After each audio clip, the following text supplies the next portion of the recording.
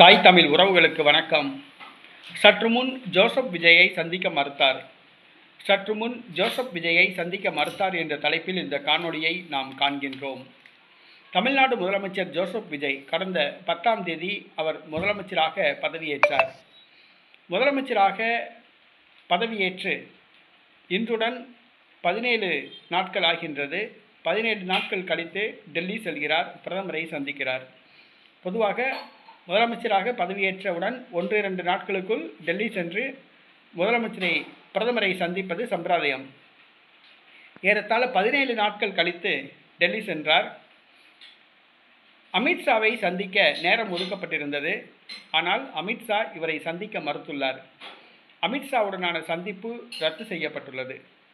இதன் காரணமாக நிர்மலா சீதாராமன் மற்றும் பிரதமர் மோடி ஆகிய இருவரையும் சந்தித்துவிட்டு திரும்புகின்றார் ஜோசப் விஜய்.